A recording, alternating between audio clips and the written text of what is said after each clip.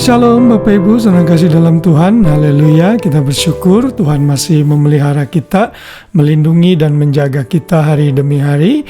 Dan kita sudah memasuki hari kedua sebelum kita mengakhiri bulan November, 29 November 2025. Saya berharap saudara semua sudah menikmati hari libur hari ini dengan spend time mungkin rekreasi atau bersama-sama dengan saudara seiman. Dan hari ini di rumah kami, di rumah saya ada komsel terakhir di tahun ini, di mana kita punya komsel sebulan sekali, dan satu hal yang indah di mana anak Tuhan bisa berkumpul bersama-sama tentunya. Dan biarlah Tuhan terus memberkati persekutuan kita bersama. Hari ini kita masih terus belajar mengenai komitmen rohani, dan kita belajar dengan judul komitmen menjaga integritas. Kita membaca dalam Amsal 10 ayat 9. Di sana dikatakan, siapa bersih kelakuannya, aman jalannya, tetapi siapa yang berliku-liku jalannya akan diketahui. Saudara, integritas tentunya adalah satu elemen penting di dalam kehidupan kita yang menjadi karakter yang baik di dalam hidup kita. Menurut kamus, integritas atau integrity adalah satu keadaan of being whole, entire, undiminished.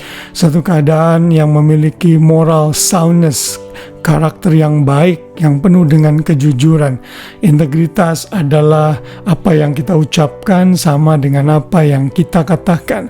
Dan ini tidak bisa terjadi dengan otomatis. Kita perlu mengusahakannya dengan kuat kuasa dan kemampuan dari Roh Kudus.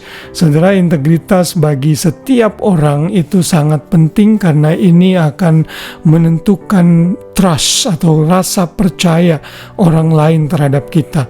Dan dalam posisi-posisi tertentu, integritas dituntut lebih tinggi daripada bidang-bidang yang lain. Misalnya seorang hamba Tuhan seperti saya mesti memiliki integritas yang tinggi, karena kalau tidak, jemaat pasti akan kecewa, jemaat pasti tidak akan bisa mengikuti teladan kita. Lalu juga seorang presiden, misalnya seorang perdana menteri, dan di berbagai macam level kepemimpinan, integritas adalah salah satu syarat di mana kita bisa naik satu tingkat, bisa memperoleh promosi karena kita memiliki pribadi atau karakter yang penuh integritas ini. Jangan berharap saudara bisa akan naik karir saudara kalau saudara tidak memiliki integritas. Nah, sebagai anak-anak Tuhan, tentunya integritas ini harus kita miliki di dalam diri kita. Kita tidak bisa menjadi pribadi yang munafik, yang kelihatannya baik di hadapan orang, tapi begitu orang lain tidak melihat, kita melakukan hal-hal yang mendukakan hati Tuhan. Tuhan tidak mau seperti itu. Kita harus memiliki komitmen, kemauan keras, dan melakukan untuk menjaga integritas kita masing-masing. Apapun juga jabatan kita, apapun juga komitmen kita di dalam keseharian kita harus menjaga integritas kita. Amsal adalah salah satu kitab yang mencatat mengenai integritas ini sangat banyak sekali.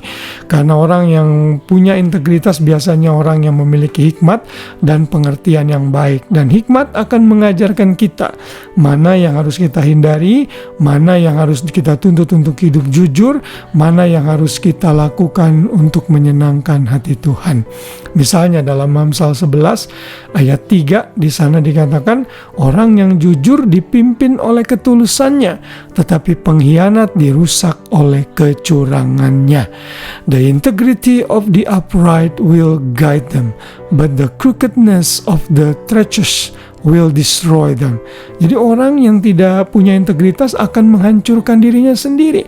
Orang tidak lagi percaya. Karena itu kalau saudara lihat olahragawan, pemimpin dunia ini, bahkan hamba Tuhan, kalau dia sudah punya wanita simpanan misalnya, atau ada affair dengan orang yang bukan pasangan yang sah, setelah itu juga dia akan hancur karirnya.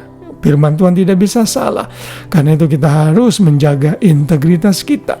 Amsal 10 ayat 9 juga berkata, siapa bersih kelakuannya, aman jalannya, tetapi siapa berliku-liku jalannya akan diketahui. He who walks in integrity walks securely, but he who perverts his ways will be found out. Jadi saudara yang berjalan dalam integritas akan hidup dengan aman dan tentram. Tapi orang yang membohong-bohongi, yang menipu, yang menutup-nutupi sesuatu, jalannya tidak aman, tidurnya tidak nyenyak. Dan Tuhan tidak mau kita berlaku seperti itu.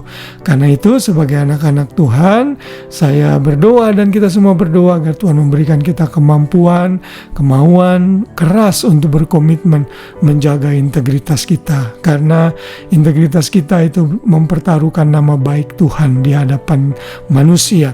Kalau kita sebagai anak Tuhan mengaku Yesus sebagai Tuhan dan Juru Selamat, tapi hidupnya penuh dengan kebohongan, ketidakjujuran, kemunafikan, itu akan mempermalukan nama Tuhan.